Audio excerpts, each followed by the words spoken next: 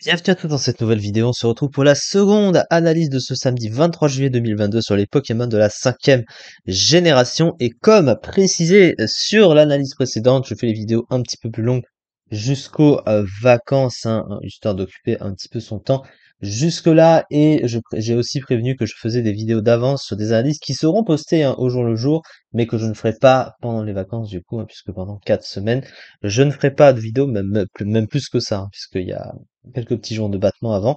Enfin, globalement, voilà. Et la deuxième analyse du jour est sur Dracarmin. Alors, Dracarmin, qu'est-ce que c'est en stratégie? Déjà, à noter qu'il n'a pas ni de préévolution, ni d'évolution, voilà, juste pour dire. Alors, qu'est-ce que c'est en stratégie? Il possède le type dragon pur. Alors, le type dragon, qui est sans conteste un des types les plus populaires du jeu. Les gens aiment beaucoup les dragons en général dans Pokémon. C'est fait un peu, voilà, c'est une caractéristique qui fait impressionnant globalement. Et moi aussi, je fais partie des gens qui aiment les Pokémon de type dragon. Alors, pas tous, bien sûr, mais c'est un type impressionnant. Alors, ses caractéristiques en termes de stratégie et de synergie de type, eh bien, défensivement, le type dragon, il comporte de très bonnes choses, puisqu'il a ses 4 résistances, les 4 fameuses résistances élémentaires au type électrique, feu, plante et eau. Donc ça, c'est évidemment très utile, avec en contrepartie 3 faiblesses quand même, au type dragon, son propre stab, à savoir que offensivement, il est super efficace également que sur son propre type, le type dragon, il est super efficace sur aucun autre type, on va y revenir juste après. Donc, il y a que les attaques de type dragon pour être super efficaces sur les types dragons. Donc, comme les attaques de type dragon, ça fait partie des attaques, on va dire, les plus utilisées par les types dragons eux-mêmes, si t'as beaucoup plus de types dragons dans un tiers, c'est évidemment plus gênant pour les types dragons eux-mêmes. À part ça, il n'y a pas vraiment plus. Après, les attaques, parce que les attaques de type dragon, c'est pas des attaques de coverage, entre guillemets, un peu à l'instar du type normal, si c'est pas utilisé par un Pokémon profitant du stab, c'est pas des attaques que tu vas retrouver très souvent. Cela étant, ça reste des attaques puissantes quand elles sont utilisées par certains Pokémon, évidemment. À côté de ça, il a 2 faiblesses au type Fée depuis la 6e génération, évidemment très gênante puisque ça a été créé pour ça, le type Fée, pour passer les types dragons, avec l'immunité au type dragon qu'il possède aussi, et la faiblesse glace, qui est une des attaques de coverage offensif les plus utilisées du jeu, puisque ça entre notamment dans la combinaison avec le type électrique, le type fameux Bolt Beam, laser glace, blizzard, point glace, etc. Des attaques de type glace qui sont fréquemment utilisées, entre autres pour passer justement les Pokémon de type dragon. Donc évidemment, c'est assez gênant. Offensivement, comme je viens de le citer, le type dragon c'est surtout connu pour son bon coverage neutre. Il faut quand même noter qu'il possède, il est neutre, c'est-à-dire qu'il touche sur le neutre 874 Pokémon dans le jeu, mais regardez sur combien de Pokémon il est super efficace. 71, alors 71 c'est quand même impressionnant de se dire ça, c'est que quand même c'est faible, je crois que c'est même le type qui, le type normal ne compte pas, parce que par définition, lui, il est super efficace sur rien. Mais le type dragon, sur un type offensif qui est quand même plus fort en apparence, eh bien, 71 Pokémon seulement sur lesquels il est super efficace, c'est quand même impressionnant de se dire ça. Et évidemment, le type acier résiste au type dragon aussi. Le type acier, je rappelle que c'est le meilleur type défensif du jeu, mais ça parle à beaucoup de gens, évidemment. Donc c'est pas une surprise. Donc là encore, c'est quand même assez moyen. C'est vrai que le Team Dragon, il paraît extrêmement fort parce que c'est toujours des gros dragons qui se servent des attaques dragons, mais à côté, ça va pas plus loin que ça. Donc c'est pour ça que c'est pas un type offensif si exceptionnel qu'on voudrait bien le croire, malgré les apparences, et les chiffres sont là et parlent d'eux-mêmes, bien entendu. Alors, à côté de ça, qu'est-ce qu'il a ce Pokémon? Alors, les talents, comme à chaque fois, il a 3 talents ce Pokémon. Le premier, c'est Brise-Moule. Alors, Brise-Moule, qu'est-ce que ça veut? Donc, Ball Breaker en anglais. Eh bien, en fait, ça permet tout simplement aux capacités utilisées par les Pokémon d'ignorer les talents qui auraient un effet dessus. Ça permet notamment d'ignorer les fameux Pokémon avec Miroir Magique. On connaît Xatu par exemple ou Sort Silence qui ont la faculté de renvoyer ce que vous leur envoyez globalement. Alors on pense au piège de roc, au pico, au pic toxique, ainsi que aux statuts genre toxique ou cage éclair, ça vous est renvoyé normalement, mais grâce à Brismoul, eh ben, vous pouvez tranquillement lead poser vos entry hasard, sachant qu'on va le voir, il a accès au piège de rock, eh bien, vous pouvez mettre vos pièges de rock tranquillement sans qu'un Pokémon avec miroir magique vienne dessus et vous les renvoie à vous-même, donc ça en fait un bon lead avec ce talent, comme il faut le citer. Son deuxième talent, c'est Peau dure. Alors, Peau dure, c'est un talent qu'on connaît avec un autre dragon, car chaque roc, hein, évidemment. En gros, ça fait perdre 1/8 de la barre de vie maximum de l'adversaire s'il prend une attaque de contact, ce qui est plutôt utile, hein, évidemment, puisque son bulk est relativement correct. Il peut venir sur certaines attaques et derrière infliger des dégâts de gratte à l'adversaire et l'affaiblir juste par ça. Donc c'est plutôt pratique, surtout si tu ajoutes un casque brut à côté, hein, ça met encore plus de dégâts. À côté de ça, et son dernier talent, du coup, c'est Sheer Force. Alors, sans limite en français, ça donne 30% de puissance supplémentaire aux attaques. Il possède de base un effet secondaire, mais en contrepartie, ça l'annule, cet effet secondaire. Et globalement, ben, il a des attaques qui en profitent, hein.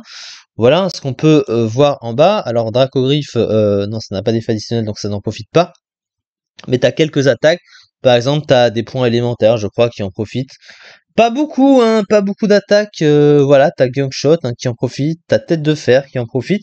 C'est pas énorme, mais il y a quelques attaques qui en profitent, donc il va pas se plaindre d'avoir ce talent, même si, comme on peut le voir, bah il y a pas énormément de choses qui en profitent, donc du coup, bah il est pas vraiment joué avec. Même dans les, est-ce qu'il est joué ailleurs? Non, même pas. Non, il est plutôt joué des défensifs, défensifs avec les pièges, voilà. Donc il est pas vraiment joué avec ça. Alors, ces statistiques, du coup, qu'est-ce qu'on va? Bah, sa stat la plus élevée, c'est l'attaque, hein, 120 en attaque, qui est une bonne stat, hein. Bah, 120 en attaque, c'est comparable à Arceus, hein, parce que, voilà, je dis Arceus parce que il a 120 en attaque, donc c'est une puissance neutre de base identique à ça, que c'est 120, c'est très fort, évidemment. Alors, c'est pas incroyable, hein, comparé à d'autres dragons, mais c'est quand même très fort. À côté de ça, il possède un bulk qui est relativement correct, hein, 90 dans les défenses et 70 en PV, ça passe hein, globalement. Alors 60 en attaque spéciale, évidemment, on n'en parlera pas, mais ce qu'il y a de plus problématique chez lui, c'est évidemment la vitesse, hein. On peut facilement le voir, 48 de vitesse pour un Pokémon offensif de Team Dragon. Bon ça encore, d'accord, ça passe, mais enfin, je veux dire, en général, les dragons demandent à être plus rapides hein, pour utiliser leur potentiel offensif, mais 48 de vitesse, c'est quand même terrible, hein. Il y a beaucoup de Pokémon qui vont taper avant lui et l'affaiblir plus vite, du coup, avant qu'il ne puisse agir. Et ça veut dire aussi que les Pokémon qui souhaiteraient le bloquer, l'empêcher d'agir, par exemple, si un Pokémon voudrait le provoque, ou l'empêcher de faire, par exemple, l'affaiblir, ou je sais pas, lui baisser ses stats, etc., par quelconque moyen, eh bien, derrière, le Pokémon peut agir avant le Pokémon, et du coup, ça peut lui porter préjudice, et ça peut aider l'adversaire finalement à agir avant le Pokémon, et ça, c'est assez moyen. 48 de vitesse, c'est évidemment très mauvais. Donc là, à ce niveau-là, c'est quand même compliqué. Alors, quand bien même qu'il est parfois joué, presque exclusivement joué, on va dire, sur des sets défensifs, bah quand même, hein, 48 de vitesse, c'est quand même pas ouf. Alors, à côté, au niveau de son move pool, alors qu'est-ce qu'il possède globalement? Alors, il a des attaques offensives adaptées, hein, il possède l'accès à Dracogriffe, hein, évidemment, Staff Dragon. Il a Dracoqueue, alors c'est une priorité négative, mais ça permet de forcer l'adversaire à partir tout en profitant de l'attaque stabée, donc 90 de puissance en l'occurrence. Donc même si tu tapes après, bah tu gagnes un tour sur l'adversaire parce que tu le fais partir, hein, voilà, hein, c'est comme ça. À côté, il a accès à point de feu, point éclair, séisme, donc il a des attaques de raid, double volée aussi, tête de fer, voilà, il a éboulement aussi. Donc c'est plutôt correct. Sur le plan du soutien, il a pas énormément de trucs, mais quelques trucs quand même. Il a les pièges de roc déjà, qu'il peut poser sans souci avec Brise-Moule, comme je l'ai pu le citer. Provoque aussi, qui est plutôt pas mal. Il a Kuba aussi, je n'avais pas cité. Une priorité, donc pour pallier à sa vitesse, évidemment. Et par contre, il ne possède pas de capacité de setup, donc ça c'est regrettable hein, pour un Pokémon de type dragon. Il n'a même pas accès à Danse Draco, voilà, bon, c'est assez surprenant. Alors c'est vrai que c'est un des rares dragons, alors c'est un dragon qui ne vole pas en fait, hein, juste pour dire, alors voilà, l'anecdote me venait, même s'il a des ailes, comme son corps est trop volumineux et que ses ailes sont du coup trop petites pour soulever son corps, il ne peut pas voler, hein, je crois, ce Pokémon, donc c'est assez drôle aussi, faut le dire. Un dragon avec des ailes qui ne vole pas. Enfin voilà, mais globalement voilà, c'est dommage qu'il n'ait pas accès à Tanzrako pour pallier déjà à sa vitesse, parce que ça booste la vitesse aussi, et du coup lui donner en même temps de la puissance, mais rien ne permet d'accentuer cette puissance, donc ça on le regrette aussi évidemment. Alors au niveau de sa fiche stratégique à présent, très bonne statistique d'attaque, des statistiques en défense et défense spéciale plutôt bonnes, accès au piège de roc combiné à Brismool qui lui permet de ne pas avoir à se préoccuper de Xatu. Move pool très riche offensivement et défensivement, le type dragon bon défensivement. Mais une vitesse faible, manque d'attaque de soins, mis à part au Poubi, il n'a pas de bon move de soins aussi, pour aller un peu avec son potentiel de soutien, et pour pallier peut-être un peu à sa vitesse aussi, de pouvoir récupérer des points de vie tout en essayant de tanker après l'adversaire, et derrière de pouvoir remettre des coups pour avoir plus d'utilité sur le terrain. Mais là encore, c'est un petit peu dommage qu'il manque d'options à ce niveau-là.